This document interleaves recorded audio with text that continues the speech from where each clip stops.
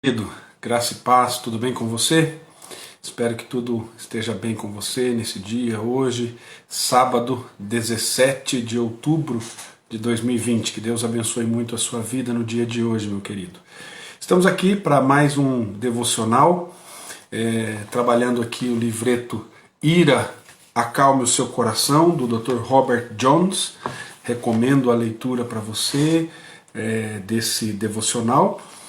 E agora nós vamos entrar aqui numa série de como trabalhar e tratar a ira pecaminosa no nosso coração.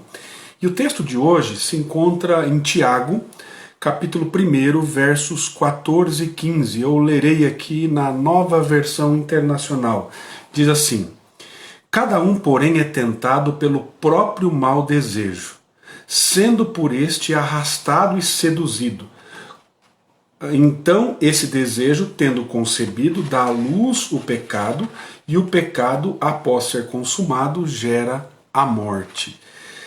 A ideia aqui é que a gente ouça de maneira muito cuidadosa como que a nossa cultura, como que o nosso mundo hoje encara as questões da ira ou a questão da ira. Como que nós ouvimos. E às vezes nós somos até influenciados por essa visão não bíblica, uma visão secularista, e com frequência a gente vai ouvir desculpas, racionalizações e auto-engano antibíblico falando sobre a ira. Então é muito importante a gente olhar para essas explicações superficiais e compará-las com a Escritura Sagrada e perceber o que a Escritura fala sobre isso. Então, na maior parte das vezes que a nossa ira se manifesta, nós vimos isso falando sobre ira justa e injusta, ela vai se manifestar de maneira pecaminosa. Mas é possível, especialmente nos 3 últimos devocionais nós vimos isso, o Senhor Jesus como um homem perfeito, no Salmo 119 e no Salmo 139, a manifestação da ira de maneira justa, bíblica.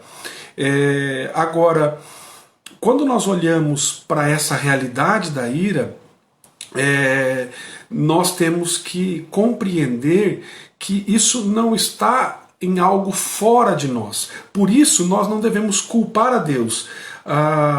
O verso 13 aqui de Tiago, ele diz: quando alguém for tentado, jamais deverá dizer, estou sendo tentado por Deus, pois Deus não pode ser tentado pelo mal e a ninguém tenta.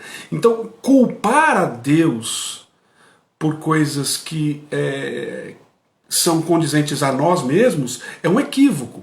E por implicação, eu também não posso culpar ninguém mais, a mais ninguém, pelo meu pecado.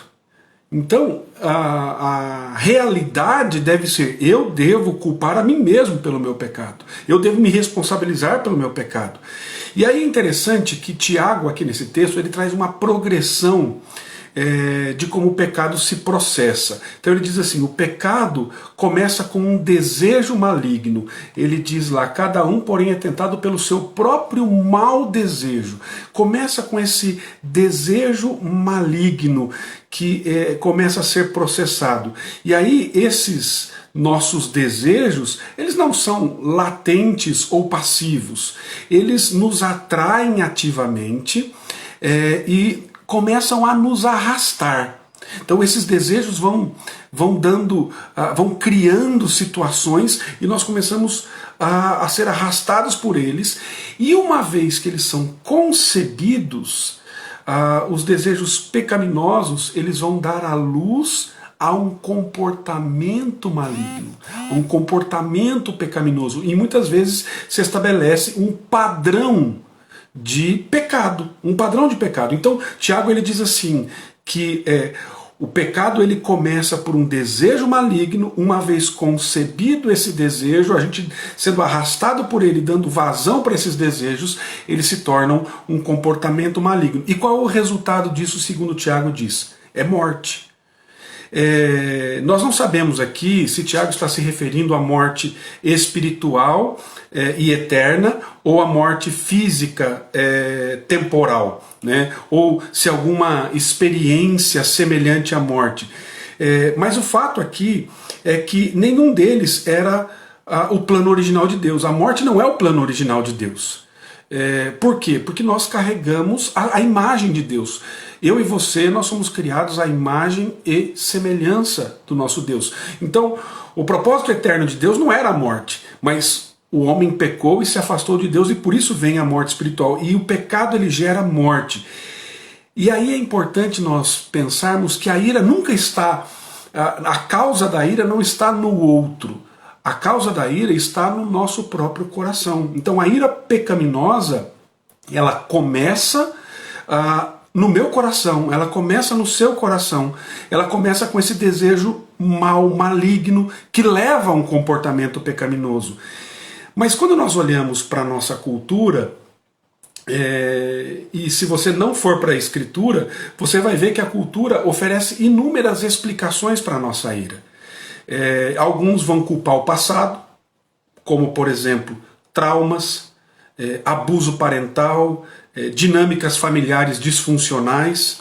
Alguns vão dizer que a ira ela provém de fatores psicológicos, fadiga, desequilíbrio químico cerebral, incapacidades físicas. Outros vão falar sobre os modelos, né? Sobre os maus modelos que nós temos, inúmeros atletas que dão mau testemunho, né? Atores, políticos corruptos e irados, que nós temos aí o tempo todo, esses maus modelos que a sociedade tem.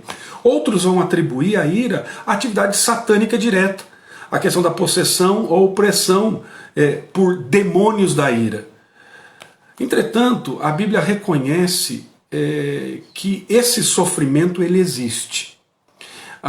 E ele fala sobre ele com compaixão. Existe sim um diabo real que mente, que nos engana, e o propósito de Satanás é matar, roubar e destruir. Existe isso. O nosso homem exterior, cada vez mais a gente vê esse homem em decadência. Então a gente vê doenças e alterações hormonais que transformam se transformam em oportunidades para o pecado. Nós vemos as pessoas, né, tanto no passado quanto no presente, falhando com as pessoas, ferindo as pessoas, abusando das pessoas.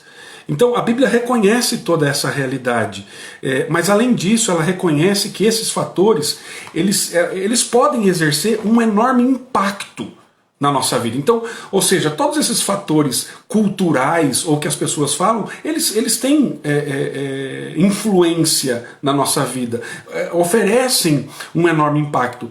Eles nos tentam e provocam a nós, tornando a ira fácil e o domínio próprio difícil.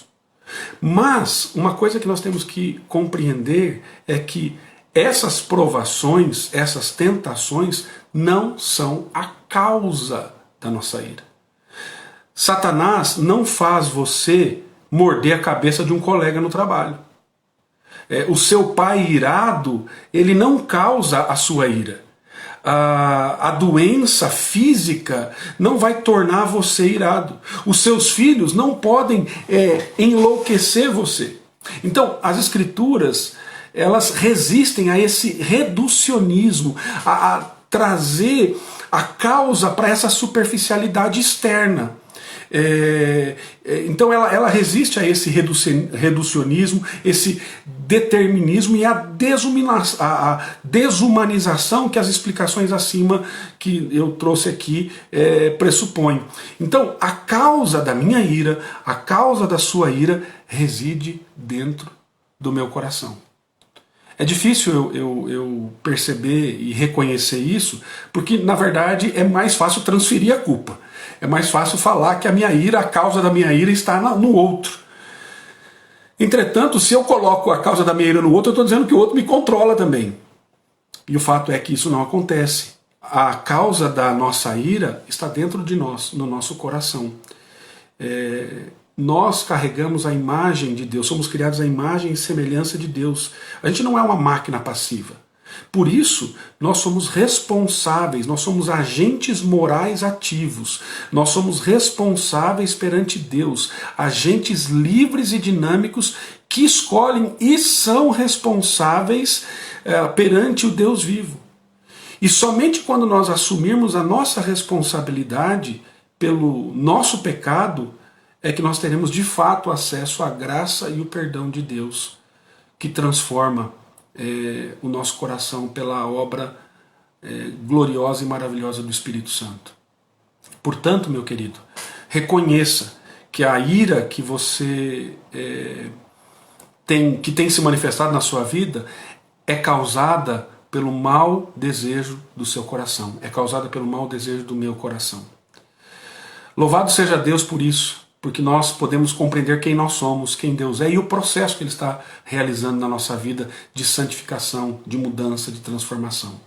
Que você possa reconhecer o seu pecado e correr para os braços daquele que pode nos livrar do pecado e que nos livra do pecado e que já pagou todo o preço pelo nosso pecado na cruz do Calvário. Que Deus abençoe você, que você tenha um excelente dia. Um grande abraço e até o nosso próximo encontro.